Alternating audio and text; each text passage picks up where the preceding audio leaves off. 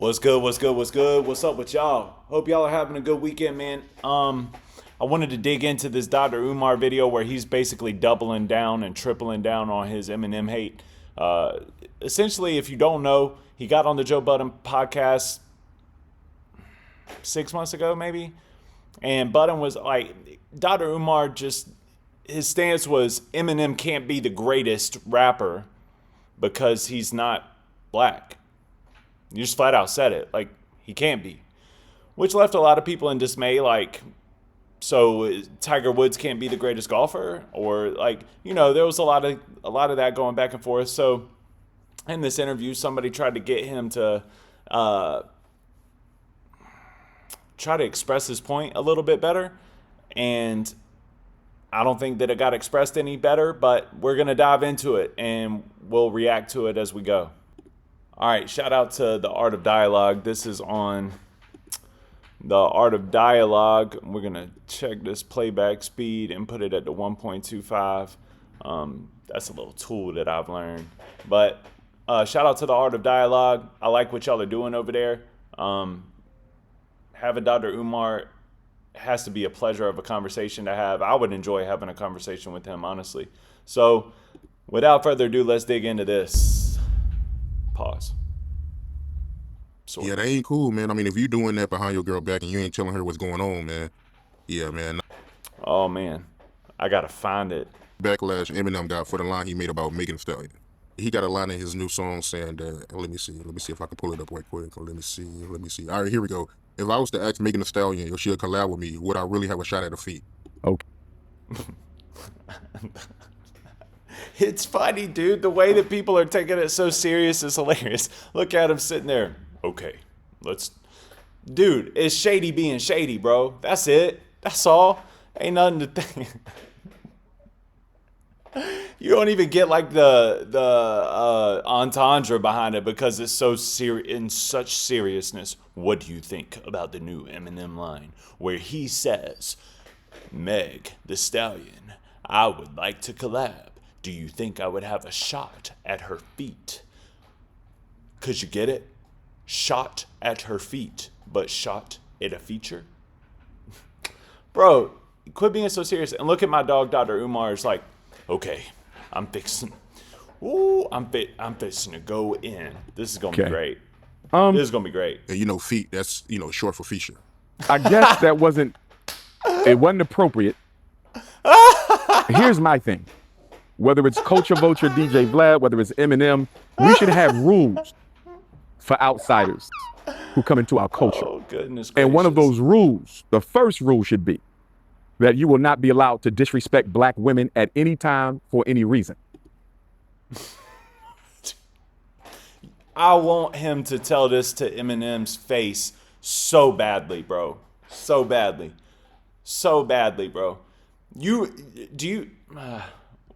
dude. If you feel disrespected by a black woman, you will come to a black man and we will mediate the situation. But you are not allowed to make jokes. You are not allowed to insult. Sorry. And if I was in charge, you're not allowed to make contact, especially not aggressive contact with black women for any reason. The problem with us is we invite everybody to the table with no rules to follow.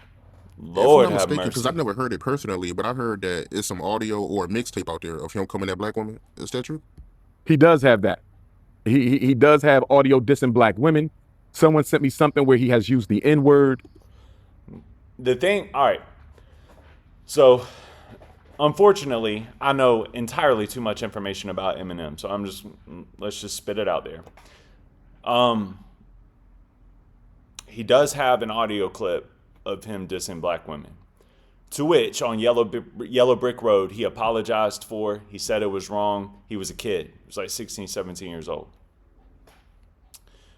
He was heartbroken by a black girl that he went to school with. And she was a rebound, and he was trying to make Kim, his baby mama, jealous by being with this girl.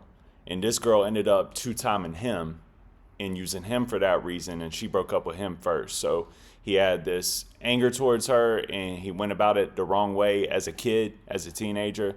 And he came out, he apologized for it, doubled down on the apology, and he is surrounded by culture And those people in culture have forgiven him for it. The culture has forgiven him for it. The only people that are still holding on to this resentment are people that just want to, they're just haters, honestly. And that's what it is. If you can't forgive somebody for one mistake that they made well over 20 years ago, 30 years ago, then you have too much hate in your heart. You need to let that hate go. It's not anything that they need to change about themselves. Eminem is 51 years old now with kids, and he doesn't care about getting respect from Dr. Umar. The people in M's life that he wants respect from, give him his credit due and give him his respect. And I think that makes Dr. Umar even more angry. To the guy doing the interview, I think that it's a little bit wicked because he's trying to get him fired up. Like, I heard that maybe he had some. Now, about him saying the N-word, nah, man, we can't let that roll. Like, it's either AI or you might find a clip of him hyping up Dre or Exhibit or Royce or any of those people from back in the day when he used to perform heavy with them, and they would trade bars with each other and he would hype their bars up, and he might have let the word slip once or twice while he was high on ecstasy. You know what I mean? But it's not him using the N-word in his music. So I don't know, man. Of course, he attacked Michael Jackson Times back are when so Michael different. Jackson was being accused of child molestation, which we found out later to be all fabricated. The reason Michael Jackson was accused Listen to of the this. child molestation, the reason those fake charges were put on Michael Jackson, is at the time Michael Jackson was he was actually in the process of offering a bid to buy Marvel Comics. Michael Jackson was going to be the owner of Marvel Comics and the owner of the Beatles catalog. Think about that for a minute. And that is part of the reason why the white power structure of this country decided to ultimately destroy him publicly and then take his life. Michael Jackson was a financial genius, as was Prince. Imagine if Michael Jackson created Black Panther. Now, our good brother did a good job. Ryan Coogler, hats off to him. He did a great job in Black Panther. But could you imagine if Michael Jackson was the owner of Marvel when Black Panther was created? Could you imagine how much more fascinating that movie and every other movie?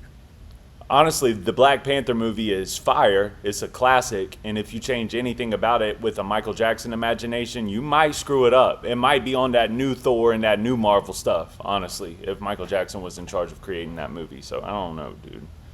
You're losing Out of me the on Marvel this one. studio would have been with Michael Jackson's DNA all over it. Michael Jackson was in the process of buying Marvel, The and that's soundtrack why he had to be could have been accused of fire. molesting those children. I had no idea that he was trying to buy Marvel, but I actually just talked about this in one of the Drake versus Kendrick things that I just did a couple of days ago. Matter of fact, Umar would probably hate my guts because I commentate on black culture.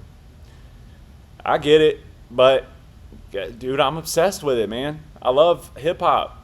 So what do you want me to do? I love it, and I have opinions. That's part of being American, bro. Sue me. But in the video where I'm talking about Kendrick and Drake, I talk about how Kendrick kind of Michael Jacksoned Drake, because like I have a 10-year-old daughter running around the house singing wop wop wop wop wop. By the time she's 15, 16 years old, she is going to believe that Drake is a PDF file, right? And I do think that that's what happened with Michael Jackson. I do not think that Michael Jackson was a true PDF file, but it doesn't matter what we think. The whole world at that point in time did believe it. It's just that his music was so special and so amazing that people weren't going to quit listening to his music, bro. It is what it is.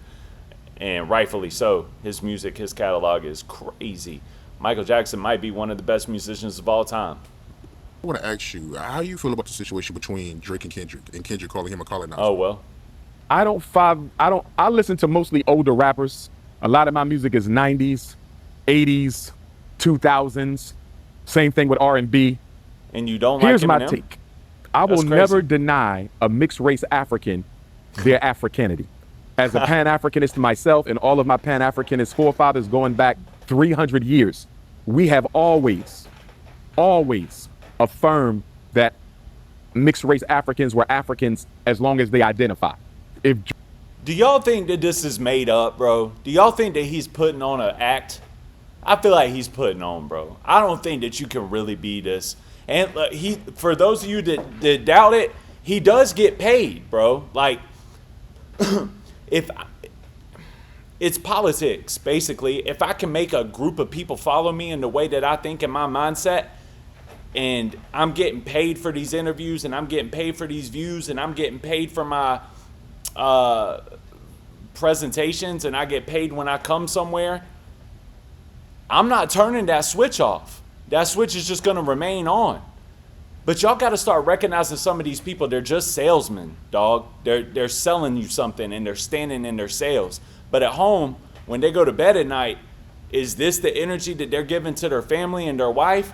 I don't know a human being that could be around this type of, not intellect, but articulation for more than an hour. Like, I would be wore out, bro. I'd be like, dude, please just relax for a second. I mean, he don't stop, bro. Africanity? Holy cow, bro. Drake considers himself a black man full time now. This is not part time. If Drake considers himself an African on a full time basis, he's my brother. Now, to Kendrick's point, if Drake is acting black but living white, if he's only trying to be black to sell records, but in his private life he conducts himself and identifies as a white man, if he plan on raising his children as mixed race kids or white, then I got an issue with Drake. I don't accept that crap. If you're mixed race, you're gonna be black, and that's it. You don't have to renounce your white family. That's your family. That's your white mother, your white father. You respect your parents. Always respect your in-laws, respect your grandparents, respect them. Salute. But politically and spiritually and socially, you're African. If that's where Drake is, I'm good with it. But as far as Kendrick Lamar highlighting contradictions in Drake's political behavior, I don't have a problem with the highlights if they are true. But here's my bigger question to both of them. Drake, Kendrick Lamar, Rick Ross, who else got caught up in that? J. Cole, anybody. What are you doing to build a relevant institution in the black community? Dog, they are entertainers, brother. You're creating issues, Dr. Umar, if you put these people on those types of pedestals. We need to be telling the younger generation, period, white, black, doesn't matter. That younger generation needs to realize that entertainers are entertainers, and that's not real life. And these aren't people that they should be modeling their lives and their blueprints to their paths after. They shouldn't be. Now, every once in a blue moon, somebody comes along that, you know, it's inspiring. They're motivational. You might have a Kendrick Lamar to Pimp a Butterfly. You might have an Eminem Recovery. You might have things of this nature that deserve that type of respect. Awesome. But what happens is then you have a Kanye West that comes through, and people are doing the same thing on the Kanye West steps, and then he just cracks the steps and the pedestal falls, and all of your hope is lost because you put in all of your hope and all of your trust and all of you're putting all of your eggs of motivation in this one basket, and you're idolizing culture. You should never idolize anything other than God. Anybody ask me about the beef? Is Kendrick Lamar building any relevant institution for the black community? School, bank, hospital, supermarket? I also want to say that you, Dr. Umar, you got caught up in your own words, bro, because you said that Eminem ain't never done none of that. And Eminem has indeed, the Marshall Mathers Foundation has indeed opened up schools, provided clothing, bought out supermarkets, and provided groceries and everything, X, Y, and Z, millions and millions and millions and millions of dollars. You can look it up, spent on the black community. So you should eat your words on that, and you should apologize, honestly. Manufacturing, distribution. To be real. And if you don't want to do a relevant institution, what about a relevant service? Homelessness, mental health treatment without drugs. But I do agree that if you're about that life, you should give back in that life. I do agree with what he's saying. I'm just saying that, like, you can't tell other people what to do, really. Like, and then it's not natural. It's superficial, and then it means nothing. Rehabilitation. Give me a service if you can't give me a relevant institution. If they not doing that, they don't really matter to me at all. I'm all about solutions and institutions. You either. I feel that, though. Like, what he's saying is, like, this is what I'm about. This is my lifestyle. And if you don't mix in with what I'm trying to do, you don't go along with my blueprint, then really you don't matter to me. So, I mean, he's trying to say, like, I'll give you my opinions. I'll give you my takes on all of this. But at the end of the day, I'm over here and they're over there. So why are you asking? He's kind of insinuating like, why are you even asking my opinion on this nonsense? I don't care about it. Coming to Dr. Umar with a solution for a problem or an institution to save our people. Because the crowning embarrassment of Black America in 2024 is we are a $2 trillion people, and yet we are as dependent on Caucasians and their institutions today as we were when we got out of slavery. That is not acceptable. With the celebrities we got and the billionaires that we have and the millionaires that we have, how in the hell do we not have our own hospitals? Explain. I feel him on that. A lot of white people would look at that as a racist comment, but I actually feel him because, like, I feel that way about Christianity, right? Like, for instance, abortions. That's a touchy subject, right? So with the abortion laws that, you know, Roe versus Wade, all that stuff that was happening, my ideology is this. I don't think that you should take it away once it's already been here. You can't just say like, oh, you can no longer do this. The enemy already placed his will there, right? But people have been praying for many, many, many, many years for that to be overturned. So the power of prayer is real. But this is my belief behind it. If Christians, if we really got together and we wanted to do something about abortions, what we should do is we should offer up to adopt their children. That's what we should offer to do, and then we would be raising more Christians. It would be better for everybody. But if you don't offer up a solution at all, and these people like what you have to, there has to be a solution to the problem. You can't just say, all right, no more of that, goodbye. Especially when you're not doing it under the umbrella of biblical scripture. You're just doing it to do it. Like, so I understand what he's saying here. Like, as a black community, as a structured community, we should have our own hospitals. We should have our own electricity. We should have our own structures and our own blueprints made out, and we shouldn't have to rely on Caucasians at all. I dig it, bro. I feel him on that. The power of independence is real. So I salute him on what he's saying there. It's just that I don't think that all these people that you expect to roll with you are rolling with you like you think that they're rolling with you. Explain that with all the medical doctors we have. How we don't have enough independent schools for our children. Explain that with all the PhD. And I'll tell you, as someone that grew up broke and had nothing in his life, and now I have a little bit of something, I'll tell you this. I want to give back to people that were broken like I was broken, but these people had nothing to begin with, and then they're millionaires, and they feel like in their mind, nobody helped me. You know what I mean? So why would I help them?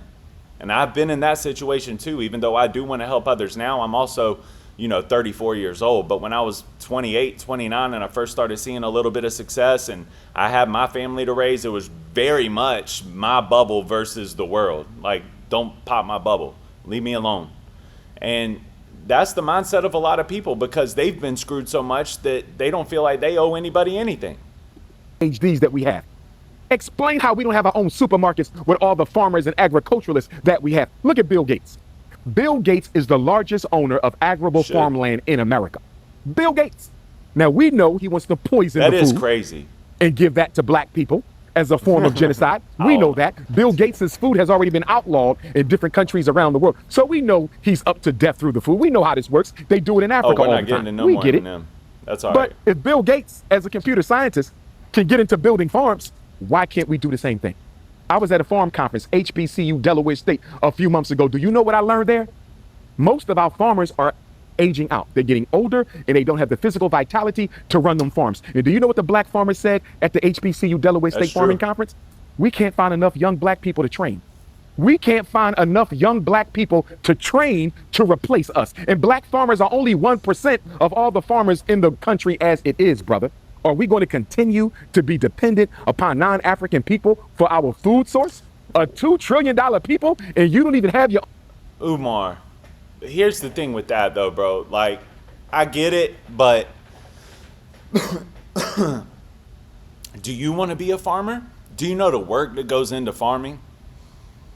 I mean, the grind is from the sun up to the sundown, bro. And you out there doing real manual labor with your hands all day, every day. Do you want to do that? That's the issue, dude. Is people just, and it's the same with white people too. You can't find these old farmers are saying that they can't figure out a way to. These old farmers are saying that they can't figure out a way to. They can't figure out a way to bring up young farmers either. The fact of the matter is people are lazy and they don't have discipline and they don't have structure, so they don't want to farm. That's the issue. They could care less about, as long as they can go to the supermarket across the street, to the Kroger or the Publix or the Food Lion, no matter what, and they can pick these groceries up. Their thought process is like, we straight. I mean, I don't want to do that, you know? And so you have to kind of respect that too. I mean, and that issue comes along the side of, and I'm sure that he has some strong standpoints here, but that issue just comes beside the fact that we don't have that nuclear family aspect anymore, where fathers are raising their sons to learn how to work and have a work ethic and have discipline and have structure. It's part of what Kendrick was dissing Drake with, and I loved it, was like, what you know about that? What you know about raising your kids up to be men of God? What do you know about raising your kids up to pray, to have discipline, and let God's will take control in the front seat of their lives? What do you know about that? You know nothing about that. And I thought that diss was really cool, because that teaches the young generation, like, oh, that's cool. That's dope. I didn't know that it was cool to put God first. I didn't know it was cool to pray. I didn't know it was cool. A lot of people don't realize the slick ideology that Kendrick put out there that I really respect and admire. Own food source, and this is as true for poor Africans in America as it is true for wealthy Africans in America. Well, I appreciate the watch here. I hope that you like and subscribe if you're new. I normally do breakdowns, and I get involved in bars and lyrical content, but today I did have a couple of things I just wanted to discuss, and this was one of them. And I'm not going to get too heavy into it, because we actually talked about a lot of other things, but the main thing that I wanted to discuss was his hatred and his ill will towards Eminem. Somewhere else in this interview, he says, like, I don't have a problem with Eminem specifically. I never said he couldn't rap. I just said he cannot be the greatest rapper in an African sport, because he is non-African. And then he tried to say the same way that DJ Khaled can't be. But this is the thing, bro. DJ Khaled don't rap. He puts together music, and nobody's calling him the greatest. The issue here is that a lot of people call Eminem the greatest. And what decides the greatest? Greatness. So who decides if something is great? The people. So it kind of leaves you stunted. Like, what do you mean he can't be the greatest? And that brought along a lot of opinions that I think are unnecessary, but do make sense. Like, golf is a primarily white sport, made by white people. Black people couldn't even play golf on like the Masters until like 30 years ago or something crazy like that. Don't check my math on that. I could be wrong, but it was recent. For sure, it was recent. Like, Tiger Woods was one of the first black people to play at the Masters or something like that. But the thing is if you get involved in it in that way, I guess you can make your point that way, but the issue is that it just doesn't matter. Like, nobody can take away the fact that Tiger Woods is the greatest golfer of all time because of, or, you know, you could say he's the greatest golfer of all time because of statistics, and because you've watched him play, and you've watched him work, and you've seen the work ethic, and you watched him succeed, and you've watched him win all these tournaments. You watched him get hurt. You watched him get involved with drugs and alcohol, and then you watched him get sober, clean himself up, and come back and win again. And that's a monumental success story. Eminem has done the same thing. So when people see that, they attribute it to greatness. And it's hard to say that someone is greater than Eminem because the statistics line up with the fact that he's the greatest. His talent level lines up with the fact that he is the greatest. And I could go on and on and on. But those are the attributes of being great. And he has all the attributes of being great. He's great at every aspect of the game. He checks every single box. So if you say that he can't be those things just because of the color of his skin, doesn't that make you racist? I know that that's like black people can't be racist. I know, I get it, but isn't that literally the definition of it though? Like, I guess I could be wrong. I don't know. I don't care that much. I don't want to get involved that much, but I did want to commentate on it, and I did want to say that growing up when I was 10, 11, 12 years old, no thought entered my mind whenever I heard Nelly, whenever I heard Ludacris, whenever I heard Tupac, whenever I heard Biggie, whenever I heard 50, whenever I heard any of these people. There was like, I can't think that they're the greatest because they're not the same color as me. I never thought that, you know? So it's weird. It's like a weird mindset to me. But like I said, I think that Dr. Umar makes this up, man. I think he's a salesman. And I think he's selling y'all a pitch, and I think that y'all are eating it up. Even the haters. I think that he's selling the haters a pitch too, because he knows that if he says something like this, 1 million people are going to come and watch it, especially if it involves Eminem, because he saw the way the Joe Budden clips ended up eating up the algorithms, man. So if you say something negative about Eminem and you talk about how he can't be the greatest because he's white, and you talk about the color of his skin, and you talk about his trials and his errors instead of talking about his successes and his victories, what that does is it makes all of his fans and all of his stands come out of the woodworks and just they enter the floodgates, and then you get paid off of views, you get paid off of your opinions, you get paid off of this stuff. So you go to bed at night thinking like, man, that's crazy. And then you wake up in the morning and you think, hey, I want to get paid like that again. Who else wants me to come and talk about Eminem? We see it with Benzino all the time. It's kind of crazy. It's really disgusting behavior. But my thing with Umar is like, I like him as a person. Like I feel like I would get along with him, believe it or not. But it's because I'm a salesman too, and I can just kind of see through it. It's not real. I'm telling y'all, it's not real. But it don't matter if y'all want to listen to me or not. I'm just letting y'all know something because I see it. But for motivational purposes, I hope that he's able to inspire and motivate people to do things that put them in ownership positions. I do. I think that that's dope for any young person in general to find ownership, especially when it's against the grain. Like, you're not supposed to have ownership. You're not supposed to be able to open up your own supermarket and provide your own food that you farmed yourself. You're not supposed to be able to do those things. If you're stacked against all odds and you overcome those odds and you become what Dr. Umar is saying that the black community needs to become in order to grow, I think that's hard. So if that's the lane, I'm all for it. But once you start talking about hip hop, you lose me, because you start talking about entertainment instead of talking about real life issues and real life problems.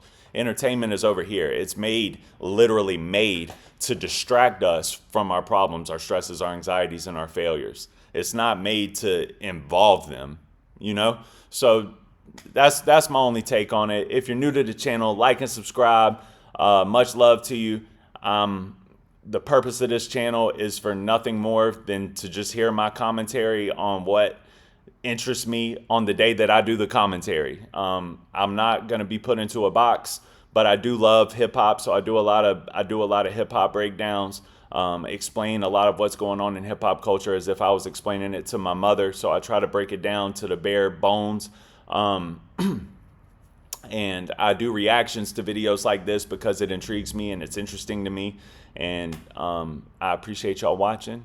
Like, subscribe. Unfortunately, a lot of y'all that watch these videos are not subscribed and you're not liking. And I would appreciate it if you would, because you would get me hooked up in that algorithm. And I know y'all like what y'all watching. I know y'all like what y'all watching. All right, y'all. Peace. Have a good weekend.